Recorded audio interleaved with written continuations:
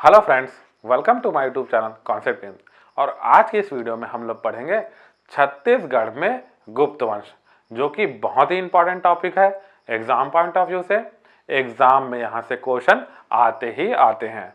तो शुरू करने से पहले प्लीज़ मेरे वीडियो को लाइक, शेयर और यूट्यूब चैनल को सब्सक्राइब करें ताकि आने वाले वीडियोज़ के नोटिफिकेशन आपको मिलते रहें। तो चलिए हम लोग पढ़ते हैं छत्तीसगढ़ में गुप्त वंश। ये गुप्तों की राजधानी कहाँ थी? हमारे भारत के पाटलिपुत्र, मतलब आज का पटना। ठीक है, वहां से इन लोग दक्षिण विजय अभियान में आते हैं हमारे छत्तीसगढ़ में। तो हम लोग देखते हैं क्या क्या छत्तीसगढ़ को ये लोग बोलते थे। तो छत्तीसगढ़ को गुप्त के लोग बोलते थे दक्षिणा पद कौशल। क्या बोलते थे? दक्षिणा पथ कौशल। ठीक है, उसके बाद दूसरा याद रखना, बस्तर को लोग दंडाकारण्य महाकांतर बोलते थे। ये एग्जाम में आ चुका है, ये आया था हमारा पीएससी आरटीओ के एग्जाम में आया हुआ था कि महाकांतर बस्तर को किस काल में कहते थे। तो आप लोग को याद रखना है, गुप्त काल में। कांतर बोले तो महाभारत में, महाकांतर बोले तो गुप्त काल में। ठीक है, इसको आपको याद रखना, कंफ्यूज नहीं होना है। ठीक है, उसके बाद जो गुप्तकालीन सिक्के हैं हमें कहां कहां से मिले हैं? हमें मिले हैं बानाबरद, जो कौन से जिले में है?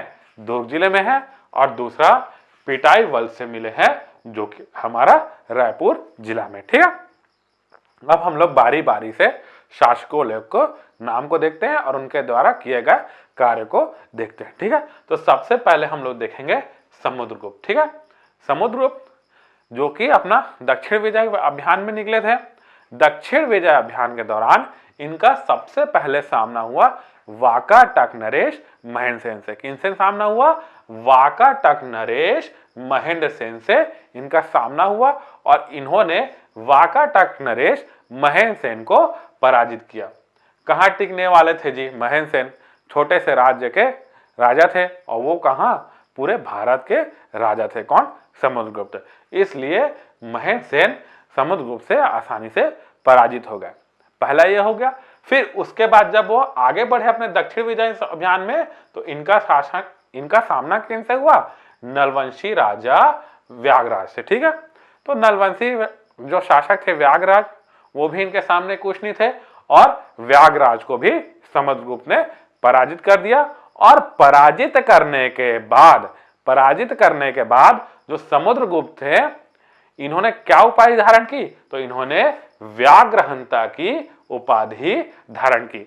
व्यागराज, नलवंशी शासक व्यागराज को हराने के बाद समुद्रगुप्त ने व्याघ्रहंता की उपाधि धारण की।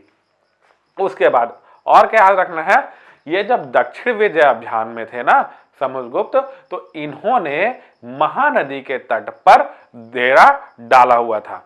महानदी के तट पर डेरा डाला हुआ था, और उस क्षेत्र का नाम पड़ गया महासमुंद, जो वर्तमान में अभी हमारे छत्तीसगढ़ में महासमुंद जिला के नाम से जाना जाता है। इसलिए महासमुंद जो जिला है, उनका नामकरण किसके अनुसार हुआ है? तो समुद्रगुप्त जो थे वो महानदी के तट पे अपना डेरा डाले हुए थे विजय अभियान के दौरान। तब से उस क्षेत्र का नाम क्या कहलाया? महासमुंद। ठीक है, ये हो गया। अब जो अगला याद रखना है हमने को, महासमुंद के कोपरा नामक ग्राम। ठीक है, क्या? महासमुंद के कोपरा नामक ग्राम से हमें समुद्रगुप्त की पत्नी क्या थी? समुद्र की पत्नी रूपा देवी, समुद्रगुप्त की पत्नी रूपा देवी के साक्ष्य हमें मिलते हैं। और ये जो सारी चीजें हैं, ये हमको कहां से पता चलता है? इसलिए हम पता चलता है हरिशेन के प्रयाग प्रशस्ति के अनुसार। ठीक है, ये जो प्रयाग प्रशस्ति किसके बारे में बताता है? समुद्रगुप्त के बारे में बताता है, जिसको किसने लिखा है? तो हरिशेन ने लिखा है। ठीक है, और ये हरिशेन कौन था? समुद्रगुप्त का दरबारी था।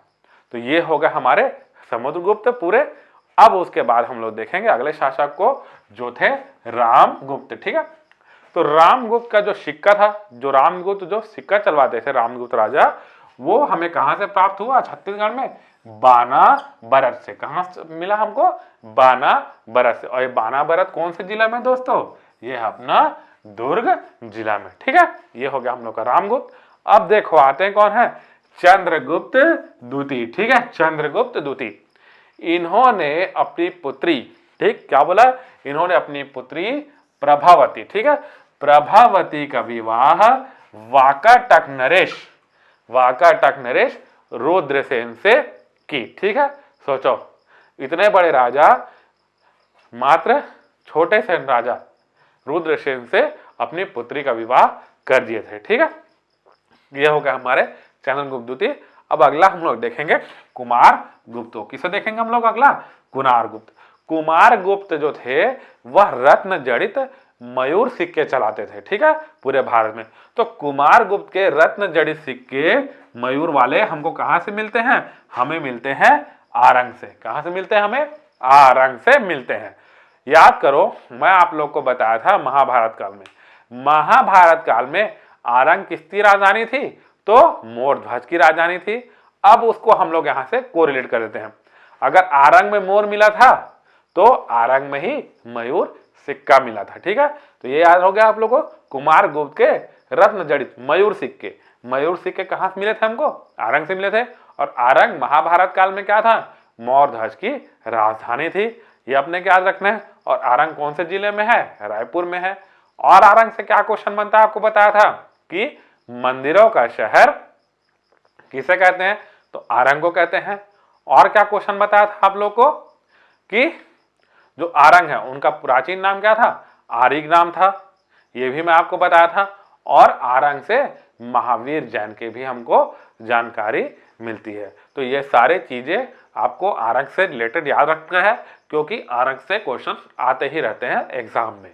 ठीक है, अब उसके बाद हम लोग देखते हैं भानुगुप्त को। ठीक है, भानुगुप्त का जो एरन अभिलेख है, ठीक है, भानुगुप्त का जो एरन अभिलेख है ये कब लिखा गया था? ये लिखा गया था 500 ईस्वी में, 510 ईस्वी में, सॉरी, है ना, 510 ईस्वी में लिखा गया था।